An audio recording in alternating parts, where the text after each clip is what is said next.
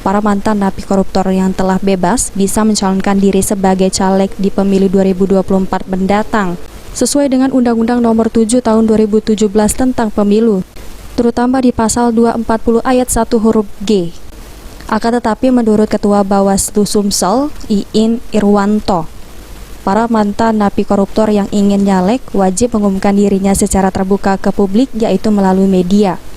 Bawaslu Sumsel pun akan melakukan pengawasan secara langsung terhadap para mantan napi koruptor yang akan mencalonkan diri sebagai caleg melalui KPU. Tentu kita akan mengawasi secara langsung terkait dengan persyaratan